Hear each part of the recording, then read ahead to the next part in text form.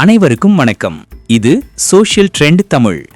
இன்னைக்கு நம்ம பார்க்க போறது ஒட்டுமொத்த தமிழகமே ஆவலோடு எதிர்பார்த்து காத்திருந்த சிவகார்த்திகேயனின் 25வது படமான பராசக்தி படத்தோட திரை விமர்சனம் தான்.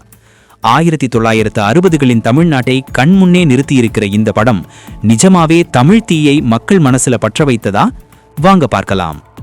சுதா கொங்கரா இயக்கத்தில் உருவான இந்த படம் 1965இல் தமிழ்நாட்டில் நடந்த ஹிந்தி எதிர்ப்பு போராட்டத்தை மையமாக வைத்து எடுக்கப்பட்டிருக்கு.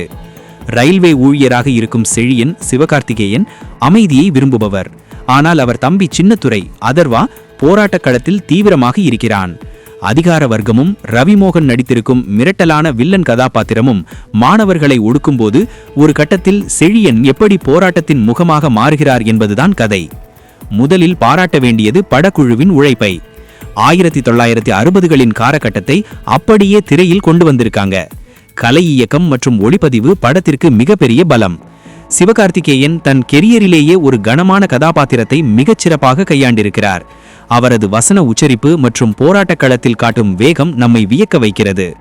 ரவிமோகனின் அந்த அமைதியான வில்லத்தனம் மற்றும் அதர்வாவின் துடிப்பான நடிப்பு படத்திற்கு கூடுதல் பலம் சேர்த்திருக்கிறது. இசையமைப்பாளர் ஜி.வி. பிரகாஷுக்கு இது 100வது படம். பின்னணி இசையில் கதையின் கனத்தை உணர வைத்திருக்கார். இடைவேளை காட்சி மற்றும் கிளைமேக்ஸ் வசனங்கள் தியேட்டரில் கைத்தட்டல்களை அள்ளுகிறது. இருந்தாலும் படத்தின் முதல் பாதி சில இடங்களில் மெதுவாக நகர்வது போல தோன்றலாம். குறிப்பாக ஸ்ரீலீலா சம்பந்தப்பட்ட காதல் காட்சிகள் கதையின் வேகத்தை கொஞ்சம் குறைக்கின்றன. மேலும் சில வசனங்கள் சென்சாரில் கட் செய்யப்பட்டிருப்பது ஒரு சின்ன குறையாக இருந்தாலும் படம் சொல்ல வந்த கருத்து தெளிவாகவே போய் சேர்கிறது. தமிழகத்தில் பல ஊர்களிலும் தீ போல் பரவிய அந்த மொழி பற்றையும் மொழி உரிமைக்காக உயிர் நீத்த தியாகிகளின் தன்மானத்தையும் இந்த படம் மீண்டும் நினைவூட்டுகிறது. வாழ்க தமிழ் என்று முழங்கும் ஒவ்வொரு காட்சியும் நம்மை மெய்சிலிர்க்க வைக்கிறது. மொத்தத்தில் பராசக்தி தமிழ் உணர்வையும் வரலாற்றையும் போற்றும் ஒரு தரமான படைப்பு. குடும்பத்தோடும் மாணவர்களோடும் சேர்ந்து பார்க்க வேண்டிய ஒரு முக்கியமான சினிமா இது.